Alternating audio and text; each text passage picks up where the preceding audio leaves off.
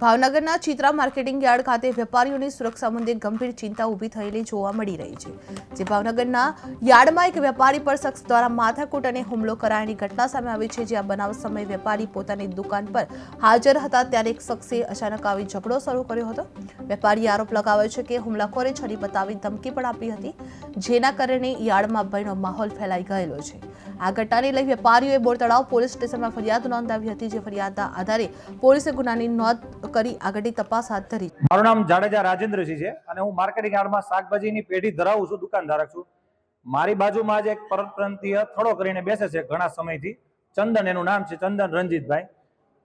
એને મેં જગ્યા ઉપર મારી જગ્યામાં માલ નાખવા ના પડી, તું તારી જગ્યામાં રહે, તું મારી જગ્યામાં ન આવતો, મારી જગ્યા દૂર રહે, એટલે ઉગ્ર થયો અને ટુકારા ઉકારા અપશબ્દો બોલવા માંડ્યો। એટલે મારા બધા મિત્રો ભેગા થયા એને મને ઓલું કરવા હતું, તરત એ છરો લઈને આવ્યો અને તરત મને મારવા માટે મારી ઉપર ઘસી આવ્યો। મારા મિત્રો ત્યારે હાજર હતા, બધાએ પકડી લીધો એને।